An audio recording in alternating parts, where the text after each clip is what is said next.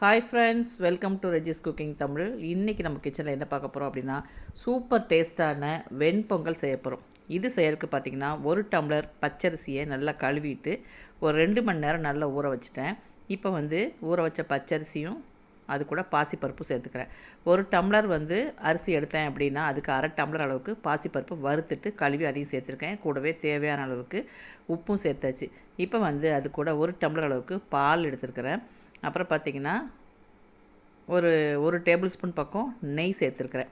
இப்போ பார்த்திங்கன்னா பெருங்காயம் தூளாக இருந்தால் போட்டுக்கலாம். நான் கரைச்சி எடுத்து வச்சுருக்கேன். அதில் தேவையான அளவுக்கு பெருங்காயத்தோட தண்ணி ஊற்றிக்கிட்டேன். அப்புறம் நமக்கு நார்மல் பச்சை தண்ணி ஊற்றிக்கலாம்.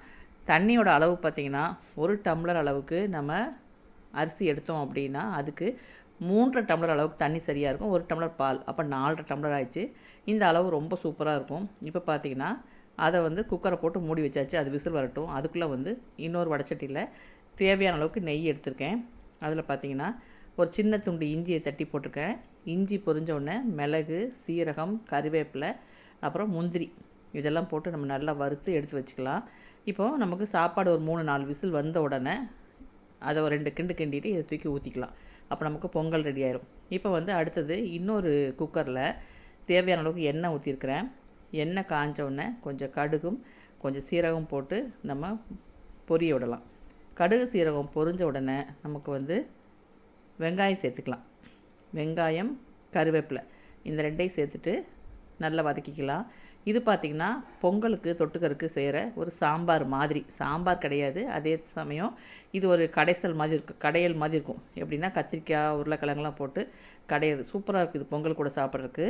இது பார்த்திங்கன்னா வெங்காயம் ஓரளவுக்கு வதங்கிடுச்சு. வதங்கின உடனே அதில் ஒரு சின்ன துண்டு புளி, அப்புறமா பூண்டு ஒரு 2-3 பல் பூண்டு, அப்புறம் பச்சை மிளகா, நமக்கு காரம் எவ்வளோ வேணுமோ அந்தளவுக்கு பச்சை மிளகா, அப்புறம் தேவையான அளவுக்கு தக்காளி இதெல்லாம் போட்டுட்டு நல்லா வதக்கி விட்டுக்கலாம்.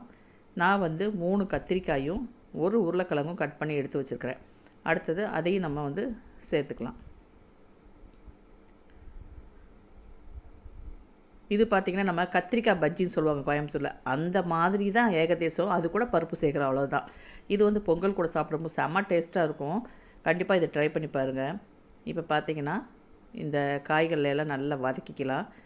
வதக்கிட்டு அடுத்தது நம்ம பாசிப்பருப்பை வறுத்துட்டு கழுவி எடுத்து வச்சுருக்குறோம், அதை சேர்த்துக்கலாம். இது ஒரு 3 டேபிள் ஸ்பூன் அளவுக்கு பாசிப்பருப்பு, அதே இது கூட சேர்த்துக்கலாம். அவ்வளோதான். பார்த்திங்கன்னா இதுக்கு கொஞ்சம் மஞ்சத்தூள், கொஞ்சம் மிளகாத்தூள், தனி மிளகாத்தூள் தான் சேர்க்குறேன். தனி மிளகாத்தூள் நமக்கு எவ்வளோ காரம் வேணுமோ அந்த அளவுக்கு நம்ம இதை சேர்த்துக்கலாம்.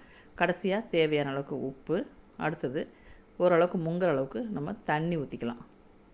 அவ்வளோதான். இதை மூடி வச்சுட்டு ஒரு 3 விசில் விடலாம். 3 விசில் வந்ததுக்கப்புறம் பார்த்திங்கன்னா நல்லா வெந்து போயிருக்கும். காய், பருப்பு எல்லாம் நமக்கு வெந்து இருக்கும். அப்புறம் பார்த்திங்கன்னா நமக்கு தண்ணியை நல்லா வடிச்சிட்டு இந்த காய்கறி பருப்பை எல்லாம் நல்லா கடைஞ்சிக்கலாம். கடைஞ்சிட்டு நம்ம அதுக்கப்புறமா பருப்பை ஊற்றிக்கலாம். இப்போ பார்த்திங்கன்னா நமக்கு பொங்கல் சூப்பராக ரெடி ஆயிடுச்சு. எப்படி இருக்குன்னு பாருங்கள். நல்லா குழஞ்சி செம்மையாக இருக்கும்.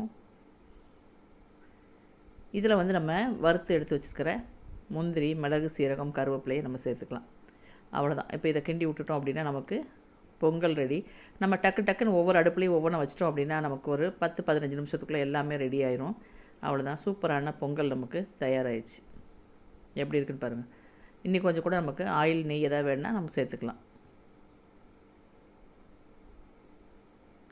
இப்போ பாருங்கள், நல்லா 3 விசில் வந்ததுக்கப்புறம் நமக்கு பருப்பு, காயெல்லாம் நல்லா வெந்துருச்சு.